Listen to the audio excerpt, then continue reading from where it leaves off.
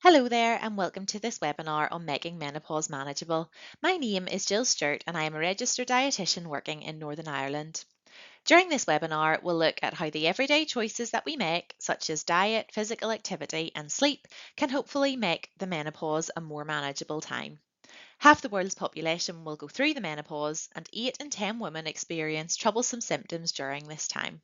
But the good news is that small, sustainable lifestyle changes can make a real difference. Lots of people now look to social media for nutrition advice, but there's so much conflicting advice online about diet and menopause, whether it's what supplements to take or not take, or foods to eat or avoid. And often this information is from unqualified individuals. So throughout the session, we'll look at what is actually the correct advice based on the evidence, because only 2% of health and nutrition information on TikTok in a recent study was found to be accurate. Firstly, there are lots of symptoms associated with the perimenopause and menopause, including things like hot flushes, night sweats, trouble sleeping, weight changes, joint pain, mood changes, and brain fog, to name a few. Symptoms of the perimenopause typically occur between 45 to 55 years, and the average age of the menopause is 51 years, but this does vary. And secondly, the increased risk of health conditions later on in life, such as heart disease and osteoporosis, which we'll go into a bit more detail on later on. Some women decide to take hormone replacement therapy, or HRT as you may know it, to help manage these symptoms and risks. This replaces the estrogen in your body, which drops during the menopause. Speak with your GP for more information on this. So my aim is that you come away from this webinar with more knowledge of why diet and lifestyle factors affect how you feel, but also that you have practical tips to help manage the symptoms, look after your longer term health, and also know the evidence behind the different supplements that are marketed towards women going through the menopause. So I'm going to try and answer the frequently asked questions that I get asked as a dietitian. So the first question is, what should I eat to feel my best? And really, there's no such thing as a menopause diet. It might sound a bit boring, but eating a healthy, balanced diet really is the best place to start. I would find as well sometimes that a lot of women are more focused on weight loss during this time because weight gain is a more common thing during the menopause, and we will touch on that later on in the webinar. But sometimes we're focusing on weight rather than actually nutrition and nourishing our bodies well and fueling them well, because diet quality is really important. The principles of healthy eating are really not any different during menopause than other stages of life, and studies have shown that eating a healthy, balanced diet may help reduce hot flushes. So we'll look at that in the next few tips. The first tip is to eat at least 5 a day of fruit and vegetables. A balanced diet overall is really important, and getting at least 5 portions a day of different coloured fruit and vegetables helps you to get a different range of vitamins, minerals, antioxidants, and they also contain fibre, which is good for our gut health, and again, we look at later. It's a good idea to eat a greater variety of plant-based foods to improve our gut health. So eating more variety boosts our gut microbiome, or our good gut bacteria, and this helps to balance hormone levels. So it's a good target, a little high, but a good target to aim for about 30 different plant foods every week. This means you could add things like mixed nuts, different kinds of seeds like chia, linseeds, or flax seeds, fruit and vegetables all count, beans and lentils, and also herbs and spices. So it can be a good idea to have a look at your current diet, make a wee note of how many you think you're currently having, and just try to gradually increase over time. As I said, 30 is quite a high target, but working your way towards that, having that variety will help your gut health.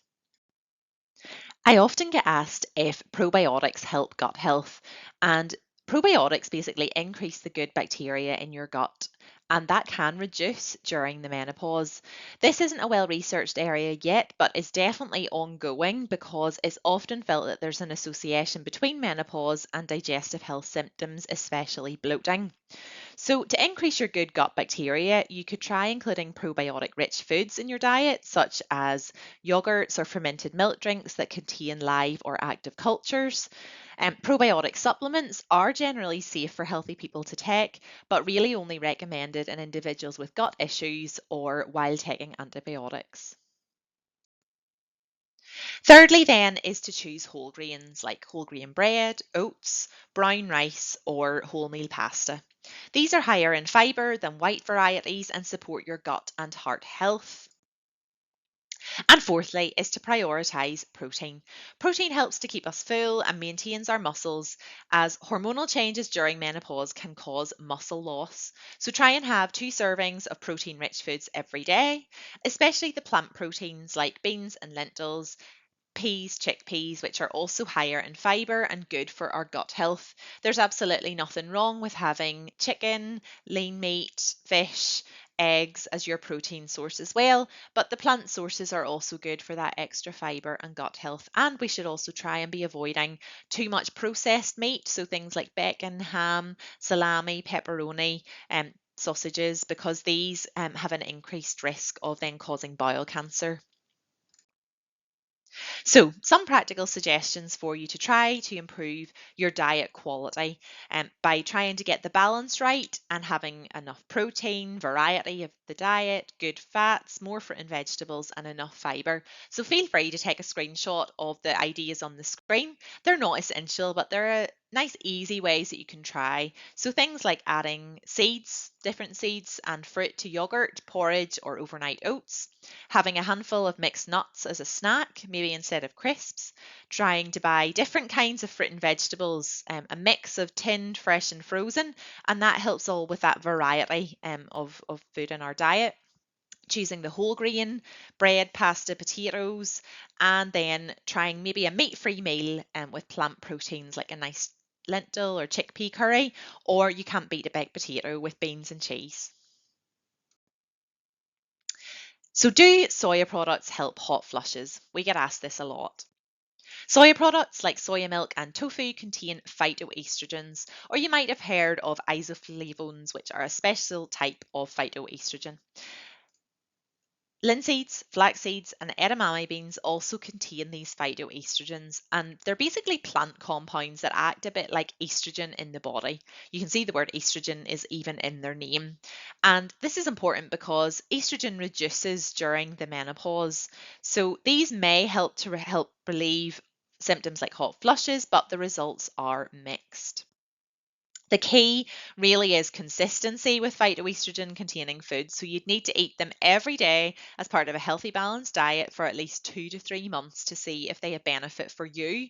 So if you want to give it a go, you could try adding linseeds or flax seeds to your breakfast cereal or yogurt.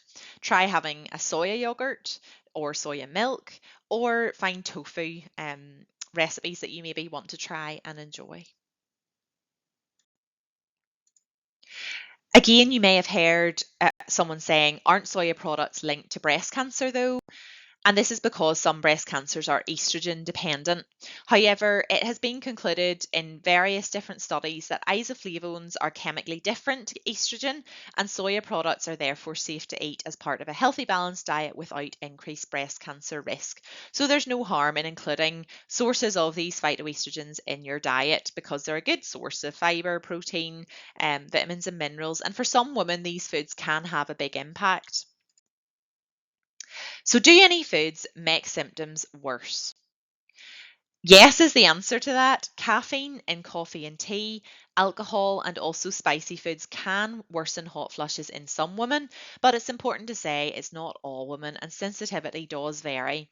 Things you can do though are maybe trying a decaf tea or coffee or reducing your intake. Avoid alcohol or reduce your intake and avoid spicy foods if they're a trigger for you. As mentioned at the start, menopause can increase the risk of longer term health conditions like heart disease and osteoporosis, so it's a good idea to take steps to try to prevent them. Falling at levels of estrogen increase the speed at which calcium and other minerals are lost from our bones, so this means that the bones can become weak and more likely to fracture, and that's what osteoporosis is. HRT, which I mentioned earlier, basically maintains your estrogen levels, so can protect your bone health. Other things that can help are resistance exercise, which stimulates bone building and helps to keep them strong. Getting enough calcium is also really important for bone health, so aim for 2 to 3 portions of calcium rich foods every day, like dairy foods or plant based alternatives. And if you take the plant based alternatives, do make sure they are fortified with calcium because some of them aren't. It's also important to think about heart health, as menopause can increase your risk of heart disease. Cholesterol levels tend to rise after menopause, so it's a good idea to get it checked by your GP every couple of years. Including healthier fats and omega 3s can really help. So try to have things in your diet like nuts or olive oil, oily fish like salmon, or mackerel and avocado. And these good fats can really help to promote heart health, keep our hearts healthy. And omega 3s as well also support your mood, joint pain, and brain function. And even though omega 3 supplements are not recommended in the UK general population because of inconclusive evidence of the benefits, these foods definitely are good to have in the diet. Weight gain is one of the most common side effects of perimenopause and menopause and affects at least half of women. Evidence from recent studies suggests that on average, women gain about 1.5 kilos per year during the perimenopause transition, and this results in an average weight gain of about 10 kilograms by the time menopause is reached.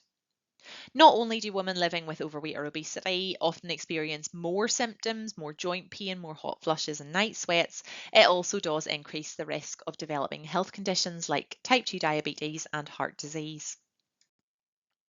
So, why does it happen? Menopause lowers your metabolism, which makes it harder to lose weight. So, it basically means that your body burns energy more slowly. And this can be so challenging and frustrating during this time.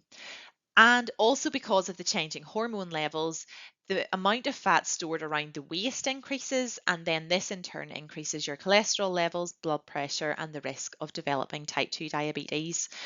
It is also worth thinking of the health benefits of eating well rather than just focusing on weight, though.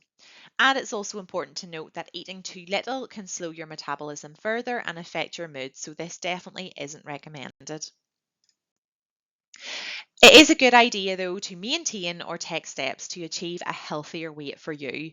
Both diet and physical activity are important for this. Small steps over time that you can keep up is a far better approach than quick fad diets that just aren't sustainable and don't last. But look up our YouTube channel for more videos on how to lose weight safely and effectively.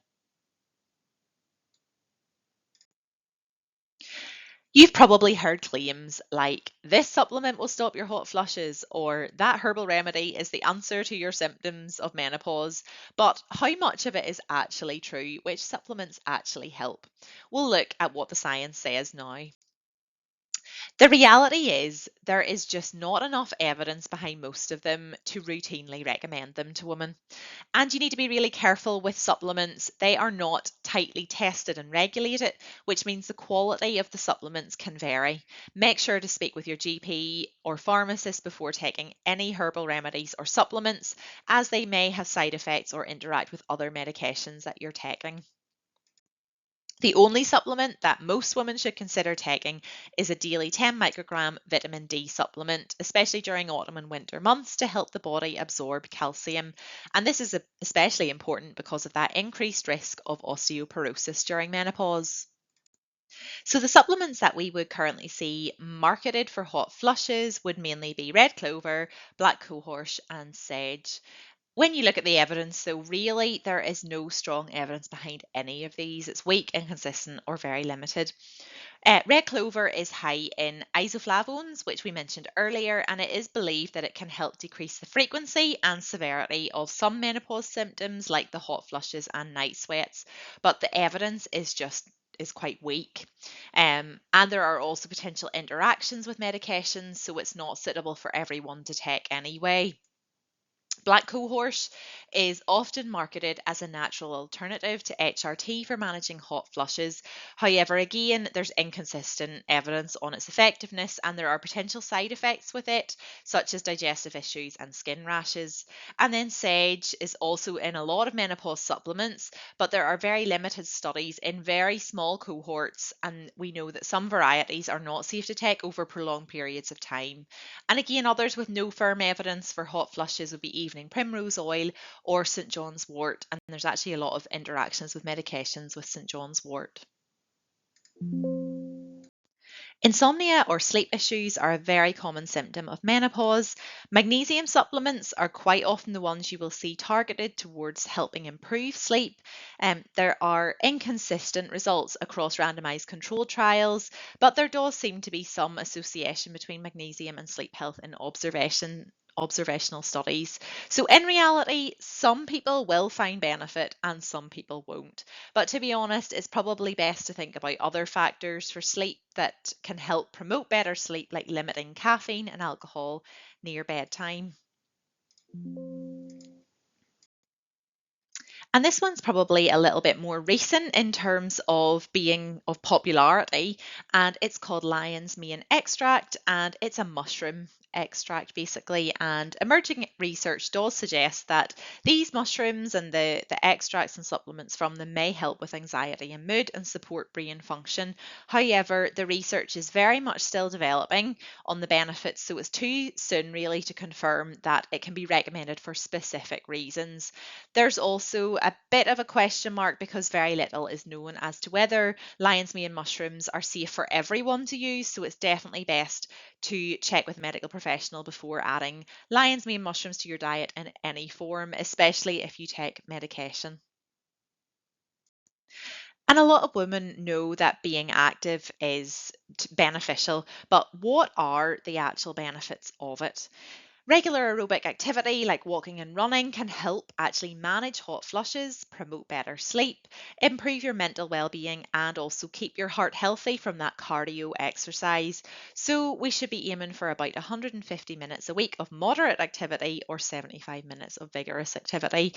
So it's a good idea to try and do little simple things in your day that you can keep up, like maybe going for a walk with a friend on a certain evening of the week, or maybe trying to get out with your colleagues at lunchtime for a walk. And while cardio exercise is brilliant, it's strength building activity that is especially important to keep your muscles, bones, and joints strong. So, at least 2 days a week, try doing activities such as lifting weights, yoga, Pilates, or even carrying heavy bags. So, it's a good excuse to go shopping. And if you're not currently active in doing these kind of activities, it can seem a bit daunting, but it's never too late to start. Just try to sit less, choose something you enjoy, and build up gradually. It could be something as easy as maybe trying to do 10 squats in the ad breaks when you're watching TV or while you're waiting for the kettle to boil, trying to do a few lunges. And we've covered a lot of information in this webinar, so you might be thinking, where on earth do I even start? It's easy to feel so overwhelmed with so much information, but just start with making a couple of small changes, and then once you've implemented those, add more onto it. The key to take away is really avoid fad diets or that quick fix attitude, as slow, steady changes are key to successful and sustainable long term change that is more likely to benefit your health and well being. Remember, motivation fades, but habits tend to last. So just try to build healthier habits for yourself. And we have another video on our channel, which we'll link at the end or in the description box for you to check out. But it could be things like getting up every hour whenever your watch beeps at you. It could be getting into the habit of only lifting one biscuit out instead of two. Or it could be switching from share bars of chocolate to multi packs, or trying a smaller plate for dinner and plating your veg up first. These things are small, but if you keep that up over time, that's going to have a huge impact on your health. So, in summary, try to eat a healthy, balanced diet and avoid those sort of fad diets that we might see promoted or menopause diets. Think about your longer term health, like your bone and heart health. Try to be a healthier weight for you. Avoid triggers and supplements that don't have the evidence behind them, and be active. Thank you so much for watching this webinar. We have two little recap videos about a dietitian's guide to perimenopause and menopause on our YouTube channel, so do feel free to share these with friends, colleagues, or family who may also be going through the menopause transition.